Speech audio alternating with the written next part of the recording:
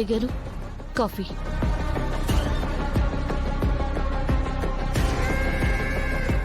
ఇదేంటి కాఫీ పట్టుకుని ఆంటీని కూల్ చేయడానికి వెళ్తుందా? ఇది కూల్ చేస్తే ఐస్ అయిపోవడానికి ఆవిడ ఐస్ కాదు, బండరాయి. వెళ్ళు వెళ్ళు. ఎవరు అడిగారే నిన్ను కాఫీ?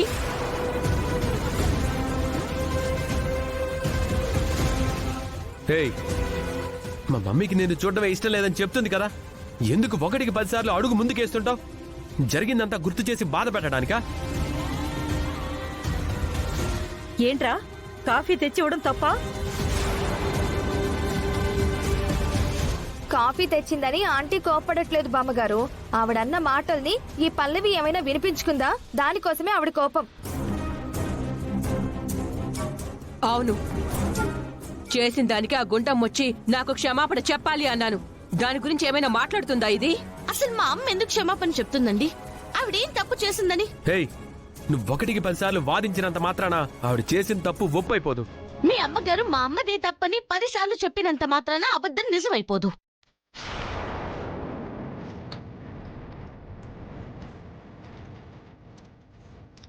అసలు అక్కడ ఏం జరిగిందో పూర్తిగా నీకు తెలుసా? మా అమ్మని పట్టుకుని పిల్లలు లేదన్నారు.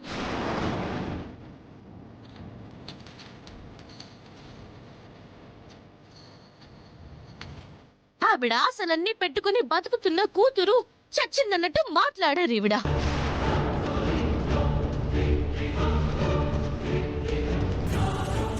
ఒక తల్లిని పట్టుకుని బిడ్డలు లేరు అంటే కోపం రాదా? బిడ్డ మీద అన్ని ఆశలు పెట్టుకుని బతుకుతున్న ఆవిడ ముందు మీ బిడ్డ చచ్చింది అంటే బాధ అనిపించదా?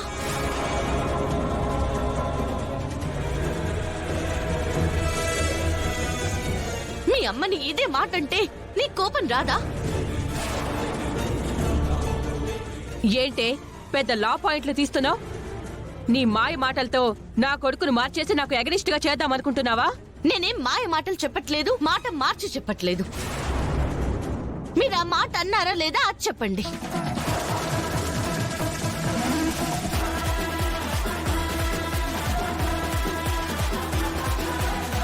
అంటే ఆ గుండము నన్ను కొట్టింది అన్న కోపంతో ఆంటీ అలా మాట్లాడారు.